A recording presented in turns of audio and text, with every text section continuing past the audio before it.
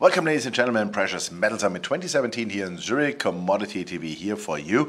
And we have Redstar Gold now for the first time, and Jacques Vaillancourt, who is the executive chairman, who wants to give us an insight into his company. Jacques, welcome.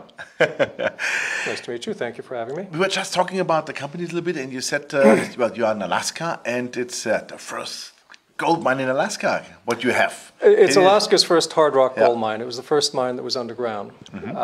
It would produce from 1886 to 1922. It produced about 150,000 ounces. It produced at a grade of somewhere between 10 and 15 grams.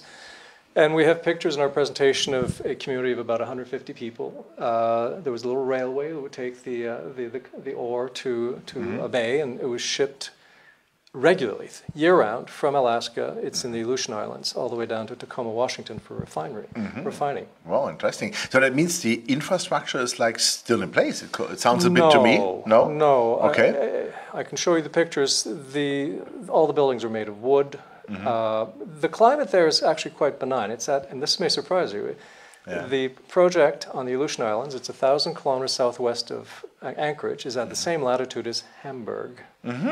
Okay, that's and so today the temperature, we're November, it's 7 degrees today. It will be 7 degrees on the island.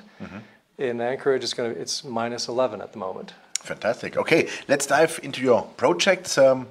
What have you done 2017 with your project so far? 2017, we've had 2 drill programs. The first drill program was in the spring, summer. It was to extend the mineralized panel to the southwest.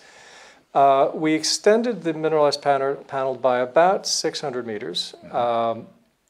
It was what the geologists describe as a technical success. We found silver, we found zinc, had some visible gold, but the conclusion is we think that the greatest potential is below what we drilled.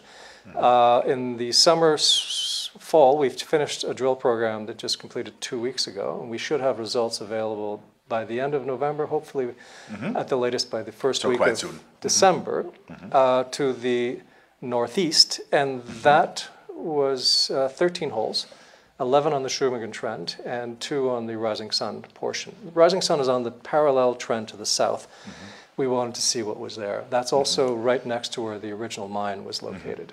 Okay, but you have so far only like historic resources on that, well, right? We don't even call them, I think it's unfair to even call them that. We use them sort of as markers, but the mineral inventory, which is perhaps that is good. Yeah, I like that. the euphemism that's best, we use them sort of as a guidepost as to where to focus our attention.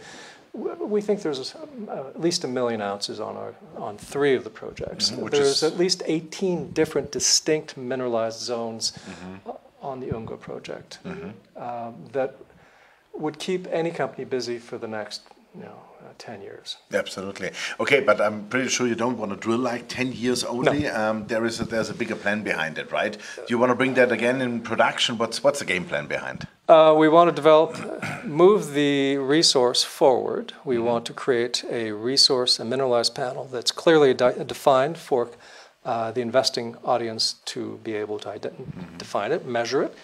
And we also want to continue defining the area as a district. We want to highlight some of the other zones.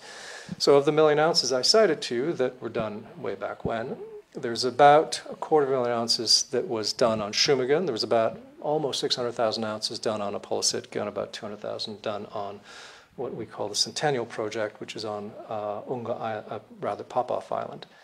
The idea is to focus on Shumagin and expand that panel, and we've taken it from 350 meters, which is what the 250,000 ounces was, at 27.5 grams and 125 grams of silver. And we've expanded that, and if this drill program is successful, we'll expand it to almost 2 kilometers. And it's still open at depth. It still appears to be open along strike. Okay, fantastic, great.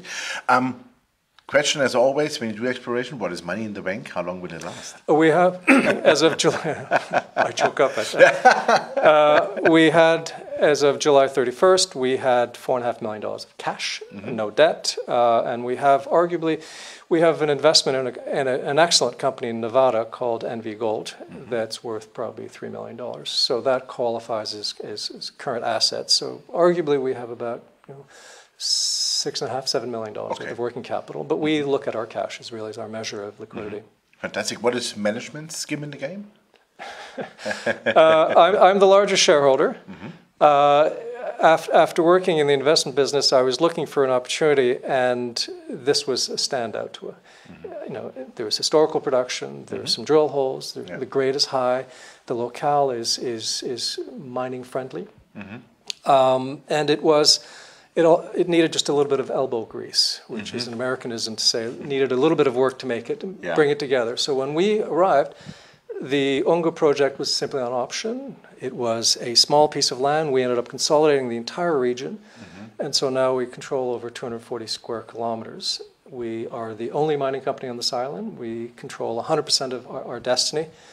And we've also rehabilitated our relations with the natives. That was always a problem with a lot of the mining companies because they had been now it's in good status? Now it's in good status with the natives? I'd like to think it's an excellent. Super. And it's something that we focus on daily because they're partners. And to treat them as anything less than our partners is, I think, irresponsible. And I think that's sort of a legacy of the mining industry in the 60s and 70s, where you could leave, it was easier to leave trucks and containers and drill rigs and fuel tanks on an island, and that's not terribly responsible. No, that's not good. Absolutely not.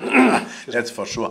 Okay, 2018, last question. What is the, let's say, most important milestones you want to achieve? 2018 were, well, first, our drill results. That'll guide many of the decisions we're going to be making towards on 2018. But the idea is to continue to expand our mineralized panel. We think we can continue to do so. We've drilled 2 holes on something called Rising Sun. Rising Sun is on the southern trend, which is the Apollo-Sitka trend. It's only about 800 meters from the old mine.